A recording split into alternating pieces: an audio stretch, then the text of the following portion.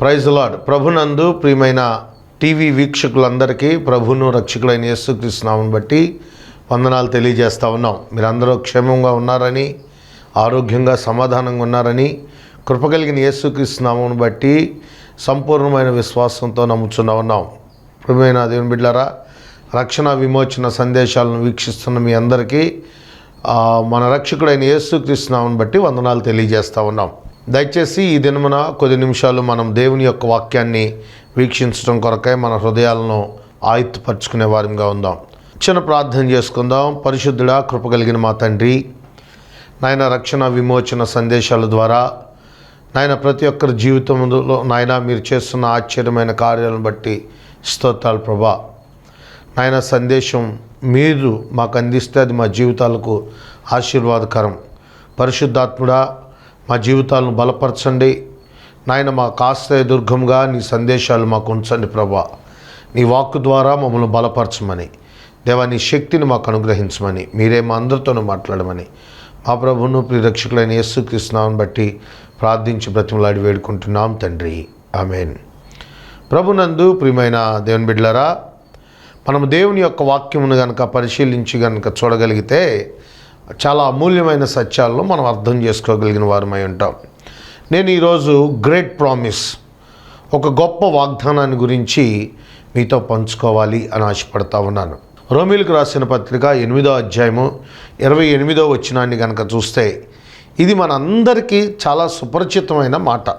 దేవుణ్ణి ప్రేమించు వారికి, అనగా ఆయన సంకల్పం చొప్పున పిలువబడిన వారికి మేలు కలుగుటకై సమస్తమును సమకూడి జరుగుచున్నవని ఎరుగుదుము. ఈ మాటను గనక మనం అర్థం చేసుకుంటే ఇక్కడ రెండు విభాగాలుగా ఈ మాటను, ఈ వచనాన్ని గనక మనం విభజిస్తే, దేవుణ్ణి ప్రేమించు వారికి the first point, and second రెండోది కనుక చూస్తే ఆయన సంకల్పం చొప్పున పిలువబడిన వారికి. ఈ రెండు విషయాలను మనం అర్థం చేసుకోవాలి. ఎందుకు ఇది చాలా గొప్ప వాగ్దానము అని నేను ఈ మాటను చెప్తున్నాను అని అంటే, మేలు కలుగుటకై సమస్తము సమకూడి జరుగుతున్నవని మనం ఎరగాలి. ఎవరో దేవుణ్ణి ప్రేమించేవారికి, ఆయన సంకల్పం చొప్పున పిలువబడేవారికి, ఈ ఇద్దరికి సమస్తము సమకూడి జరుగుతున్నవి అనే విషయాన్ని మనం గమనించాలి. ఇక్కడ సమస్తము సమకూడి జరుగును అనే మాటను మనం చూసినప్పుడు చాలామంది ఏమనుకుంటారు అనంటే, ఇది కేవలం బ్లెస్సింగ్స్తో కూడిన మాటే అనుకుంటారు. కాదు, సమస్తము అనే మాటలో నీ జీవితంలో వచ్చే దుఃఖం ఉంది, నీ జీవితంలో వచ్చే కష్టం ఉంది, నీవు అనుభవిస్తున్న శోధనలు ఉన్నవి. ప్రతి మాటను మనం ప్రతి విషయాన్ని మన జీవితంలో అధ్యయనం చేసుకోవచ్చు. ఏంటి అనంటే, సమస్తము సమకూడి అంటే మేలైన కష్టమైన, శోధనైనా ఇబ్బంది అయినా ఆయన సంకల్పం చొప్పున మన జీవితాల్లో దేవుడు కొన్ని అనుమతిస్తాడు అనే విషయాన్ని మనం అర్థం చేసుకోవాలి. చూడండి, కొంతమంది ఏమనుకుంటారు అనంటే, కేవలం ఆశీర్వాదాలే దేవుని సంబంధితమైనవి అని అనుకుంటారు. దుఃఖం దేవుని సంబంధితమైనది కాదు అనుకుంటారు. కాదు కాదు కాదు అది కూడా సమకూడిన అనే మాటలో సంపూర్ణమై ఉంది అనే విషయాన్ని గమనించాలి. చూడండి, ఇది చాలా గొప్ప వాగ్దానం. ఇది ఖచ్చితమైన వాగ్దానం. దేవుడు ఖచ్చితమైన వాగ్దానం. 28వ వచనాన్ని కనుక చూస్తే 8వ అధ్యాయంలో ఉన్న మాట, ఇది ఖచ్చితమైన వాగ్దానం. ఇంకా కనుక చూస్తే ఇది దైవికమైన వాగ్దానం, దేవుడే చేస్తున్న వాగ్దానంగా కూడా మనం చూడాలి. ఇది నిశ్చయమగు వాగ్దానం. ఇంకా మనం చూస్తే ఇది క్రియాశీలకమైన వాగ్దానంగా కూడా మనకు కనబడతా ఉంది. ఇది నిర్వచించబడిన వాగ్దానం, అనేకుల జీవితాల ద్వారా మనకు నిర్వచించబడిన వాగ్దానం. ఇందుట్లో దోస్ హూ లవ్ హిమ్, ఎవరు ఆయనను ప్రేమించేవారు ఎలా ఉంటారు అనే మాటను కనుక చూస్తే, దోస్ హూ లవ్ హిమ్ అనే మాటను కనుక మనం చూస్తే, ఆయనను ప్రేమించేవారు అనే విషయాన్ని కనుక చూస్తే, చూడండి, ద్వితీయోపదేశకాండము 7వ అధ్యాయము 9వ వచనం కనుక చూస్తే, కాబట్టి నీ దేవుడైన యెహోవా తానే దేవుడనియు, తన్ను ప్రేమించి తన ఆజ్ఞలను అనుసరించి నడుచుకొని వారికి తన నిబంధనను స్థిరపరచువాడనియు, 1000 తరముల వరకు కృపచూపువాడనియు, నమ్మదగిన దేవుడుయు. చూడండి, ఇక్కడ మనం చాలా స్పష్టంగా అర్థం చేసుకోవాలి.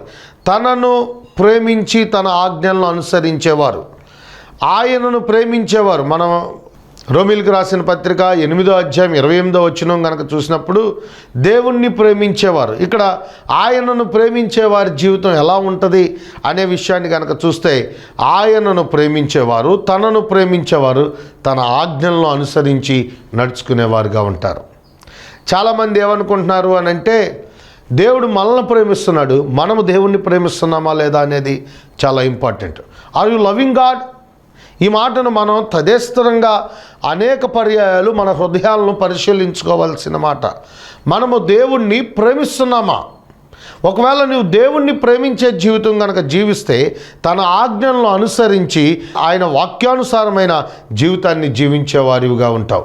ఆయన ప్రేమించి ఆయన ఆజ్ఞలను అనుసరించి నడుచుకునే వ్యక్తిగా ఉంటావు. తన నిబంధనను వారికి స్థిరపరుస్తాడు. ఎప్పటి వరకు? 1000 తరముల వరకు కృప చూపించేవాడు నమ్మదగిన దేవుడు. ఆయన నమ్మదగిన దేవుడు. తనను ప్రేమించే వారిని, ఆయన్ని ప్రేమించే వారి పట్ల ఆయన చూపించే దయ, ఆయన చూపించే కృప, ఆయన చూపించే స్థితి ఎలా ఉంటుంది అనేది కనుక మనం చూస్తే, ఆయన్ను ప్రేమించే వారి పట్ల ఆయన్ను ప్రేమించేవారు ఎలా ఉంటారు అని అంటే, ఆయన ఆజ్ఞలను అనుసరించేవారుగా ఉంటారు. ఆయన ఆజ్ఞలను అనుసరించే వారి పట్ల దేవుడు 1000 తరముల వరకు కృప చూపించేవాడుగా ఉన్నాడు. చాలామంది ఈ మాటను మనం అర్థం చేసుకోవటం చాలా కష్టతరంగా అనిపించవచ్చు, కానీ ఇందులో ఉన్న మాధుర్యాన్ని మనం గమనించాలి. ఆయన్ని ప్రేమించేవారు ఖచ్చితంగా ఆయన ఆజ్ఞలను అనుసరించేవారుగా ఉంటారు. నువ్వు దేవుణ్ణి ప్రేమిస్తున్నావు అని చాలామంది చెప్పచ్చు. అది నోటితో చెప్పే మాట, చాలా సింపుల్గా కనపడుతున్న మాటగా అనిపిస్తూ ఉంటుంది. నువ్వు దేవుణ్ణి ప్రేమిస్తే దేవుని యొక్క ఆజ్ఞలను ఖచ్చితంగా తూచా తప్పుకోకుండా ఆచరించే వ్యక్తివిగా ఉంటావు. అలవాటుగా కాదు కానీ, పరిపాటుగా కాదు కానీ, దేవుని యొక్క వాగ్దానాన్ని నీ జీవితంలో, ఆయన వాగ్దానం నమ్మదగినది, అది నా జీవితంలోనికి నేను ఆపాదించుకోవాలి అని అంటే, first you should love the God. నువ్వు దేవుణ్ణి ప్రేమించే వ్యక్తిగా ఉండాలి.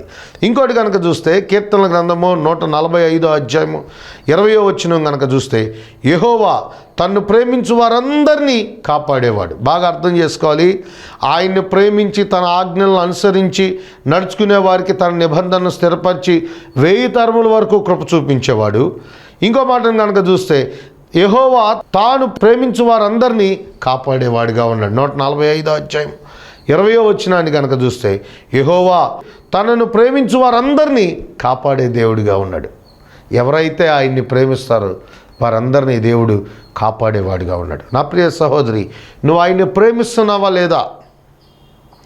నీ అంతరంగంలో దేవుని పట్ల ప్రేమ ఉందా లేదా అనే దానిని నువ్వు గ్రహించాలి. చాలామంది ఆయన ప్రేమించడం ప్రారంభించరు, ఆయన కొరకు జీవించడం ప్రారంభించరు, కానీ ఆయన దగ్గర నుంచి ఉన్నతమైన వాటిని యాక్సెప్ట్ చేస్తూ ఉంటారు, అడుగుతూ ఉంటారు. లార్డ్ వి నీడ్ అని అంటూ ఉంటారు. నేను ఈ ప్రశ్న వేయాలనుకుంటున్నా, ఖచ్చితంగా దేవుడు చేసే దేవుడై ఉన్నాడు. నువ్వు ఆయన్ని ప్రేమిస్తున్నావా? నువ్వు ఆయన్ని ప్రేమిస్తున్న జీవితం జీవిస్తున్నావా? నువ్వు ప్రేమించే జీవితం కనుక జీవిస్తే దేవుడు ఖచ్చితంగా ఆయన నిబంధనను నీ జీవితంలో స్థిరపరిచేవాడుగా ఉన్నాడు. 1000 తరముల వరకు కృప చూపించేవాడుగా ఉన్నాడు. తనను ప్రేమించే వారిని కాపాడే దేవుడిగా కూడా ఉన్నాడు. ఇంకా మనం చూస్తే, కొరింథీయులకు రాసిన మొదటి పత్రిక 2వ అధ్యాయం 9వ వచనం కనుక చూస్తే, దేవుడు తన్ను ప్రేమించు వారి కొరకు ఏవి సిద్ధపరచునో అవి కంటికి కనబడలేదు, చెవికి వినబడలేదు, మనుషుని హృదయమునకు గోచరము కాలేదు అని వ్రాయబడి ఉన్నది. చూడండి, ఈ మాటను మనం చూస్తే, దేవుణ్ణి ప్రేమించే వారికి ఈ 3 విషయాలు బాగా గుర్తుపెట్టుకోవాలి. If you not love the lord, నువ్వు దేవుణ్ణి ప్రేమించుకోకుండా దేవుని దగ్గర నుంచి ఎక్స్పెక్ట్ చేయటం చాలా తప్పు.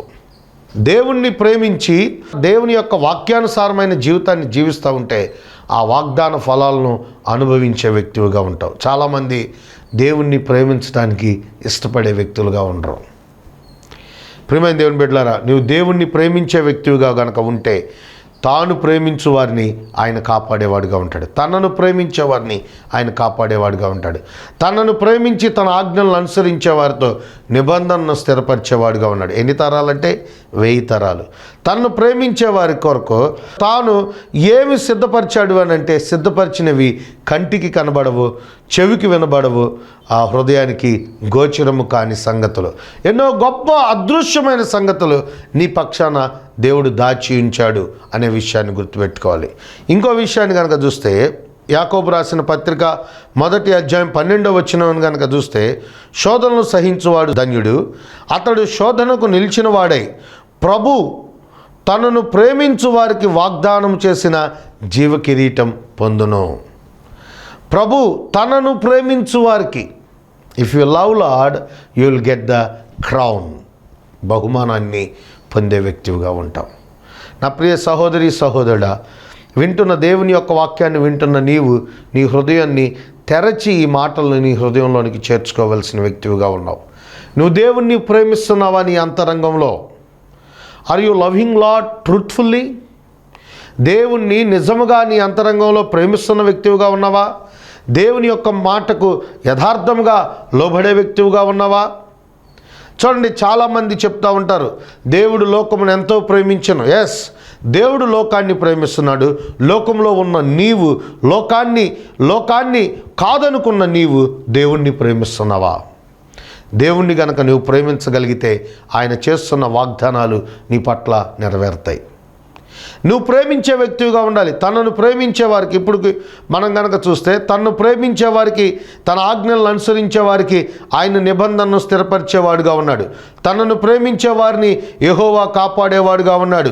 తనను ప్రేమించే వారికి దేవుడు చేసే సంగతులు కంటికి కనబడవు, చెవికి వినబడవు, హృదయానికి గోచరము కాని, అంటే ఆయన చేసే ఆశ్చర్యమైన కార్యాలు, స్టెప్ బై స్టెప్ ఆయన ఇచ్చే కార్యాలు మనం అర్థం చేసుకోలేము.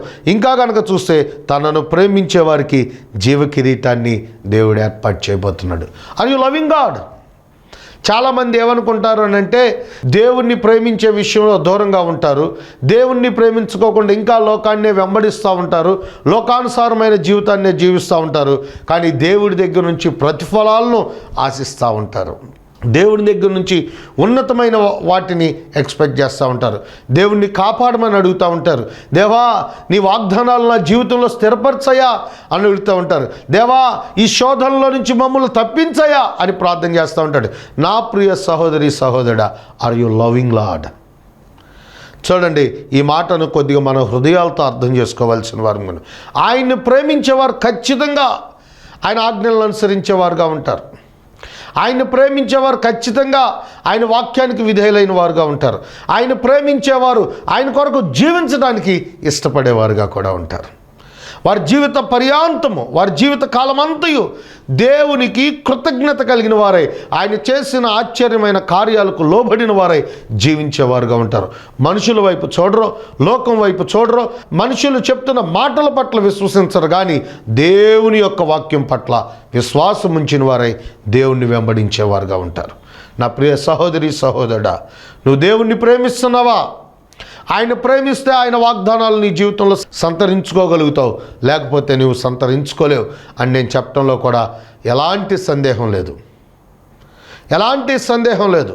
నా ప్రియ సహోదరి సహోదరుడా, వింటున్న నీవు ఈ విషయాన్ని అర్థం చేసుకోవాలి. చూడండి, ఆయన్ని ప్రేమించేవారు ఎలా ఉంటారో చూద్దాం. చూడండి, ఆయన ప్రేమించే వారి కొరకు దేవుడు ఏం చేస్తున్నాడో మనం ఇప్పటి వరకు చూసాం.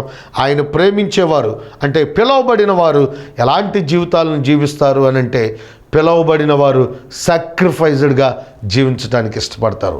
కృతజ్ఞత కలిగిన జీవితాన్ని జీవించడానికి ఇష్టపడతారు. దేవునికే తమ జీవితాన్ని సంపూర్ణంగా సమర్పించుకునే జీవితాన్ని జీవిస్తారు. నేను కొన్ని భక్తుల యొక్క మోడల్స్ని ఇక్కడ ఎగ్జాంపుల్గా ఉంచాలి అని ఆశపడతా ఉన్నా.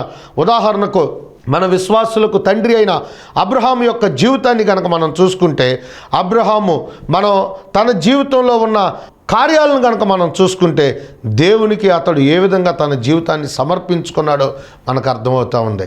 అంతరంగంలో దేవుని పట్ల ఏ రకమైన ప్రేమ కలిగిన వాడో మనకు అర్థమవుతూ ఉంటుంది. మనం ఆదికాండం 22వ అధ్యాయము 1-2 వచనాలు కనుక చూస్తే, ఆ సంగతులు జరిగిన తర్వాత దేవుడు అబ్రహామును పరిశోధించెను. మనందరికీ తెలుసు 22వ అధ్యాయము.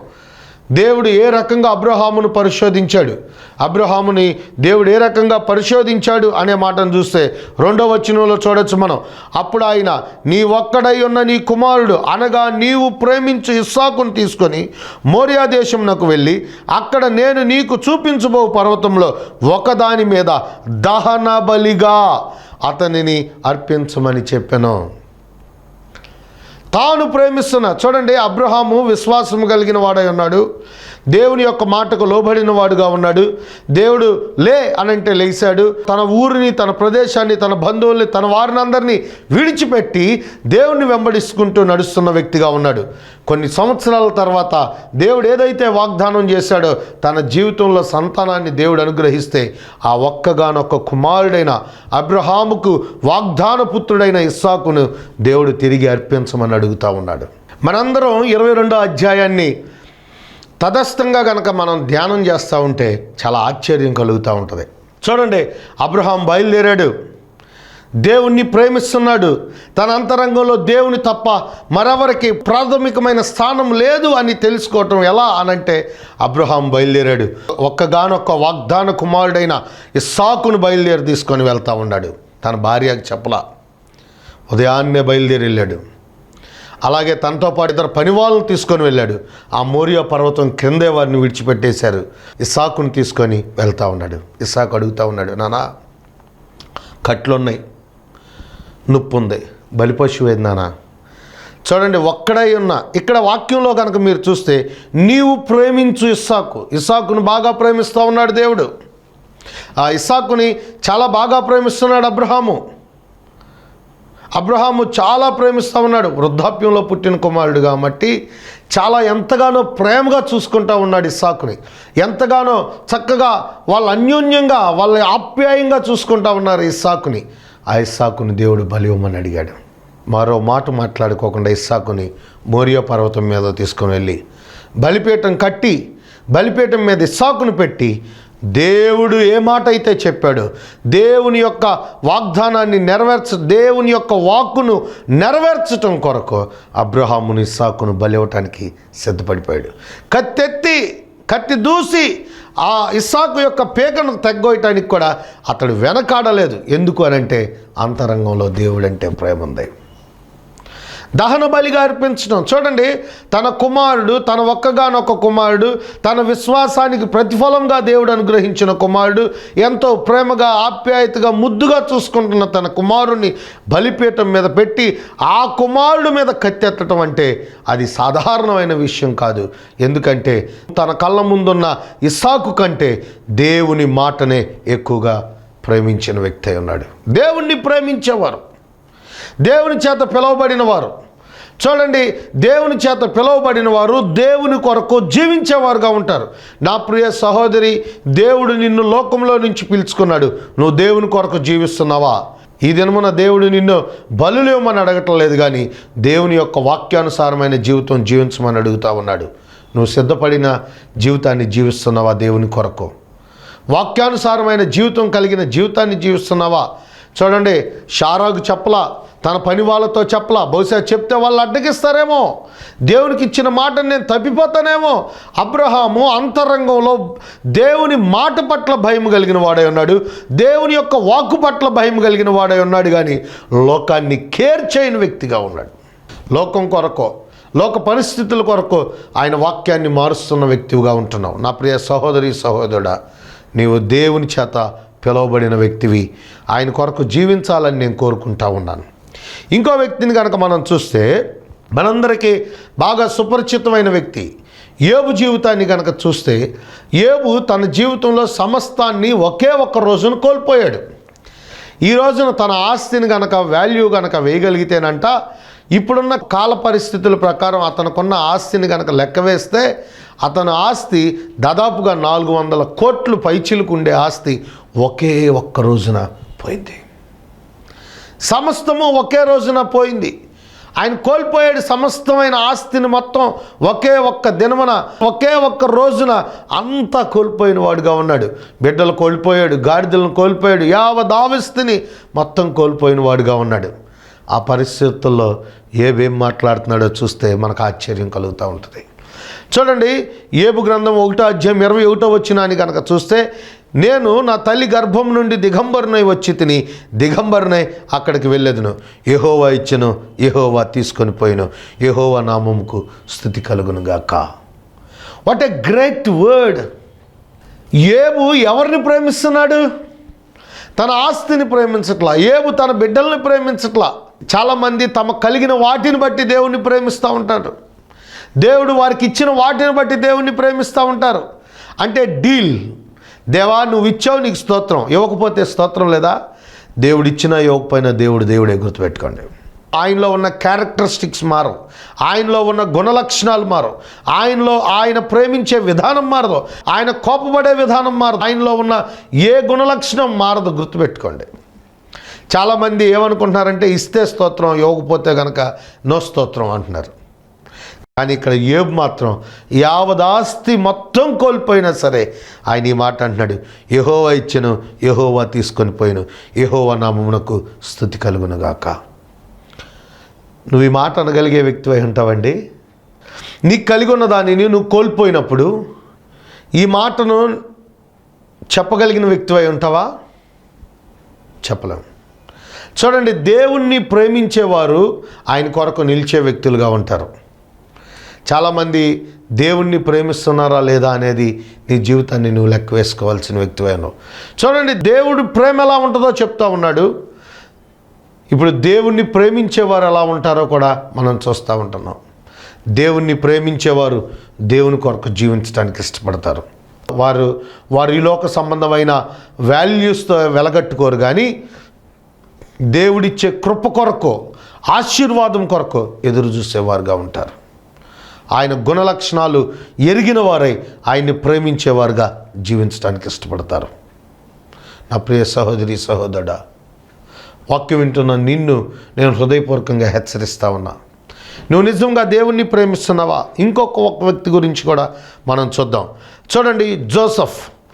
యోసేపు జీవితాన్ని కనుక చూస్తే, యోసేపు జీవితాన్ని మనం చూస్తే, యాకోబు కుమారుడైన యోసేపు తన జీవితంలో అన్నీ కోల్పోయి ఒక్కసారి వారసత్వాన్ని కోల్పోయి దాసుడుగా మిగిలిపోయాడు, బానిసగా మిగిలిపోయాడు, బానిసత్వపు స్థితిలో ఉన్నాడు. ఆ తర్వాత అతడు, మనందరికీ తెలుసు అతని స్టోరీ, అతడు తిరిగి మరలా ఐగుప్తుకు ప్రైమ్ మినిస్టర్ అంత పోస్ట్లోకి అతను వెళ్ళిపోయాడు.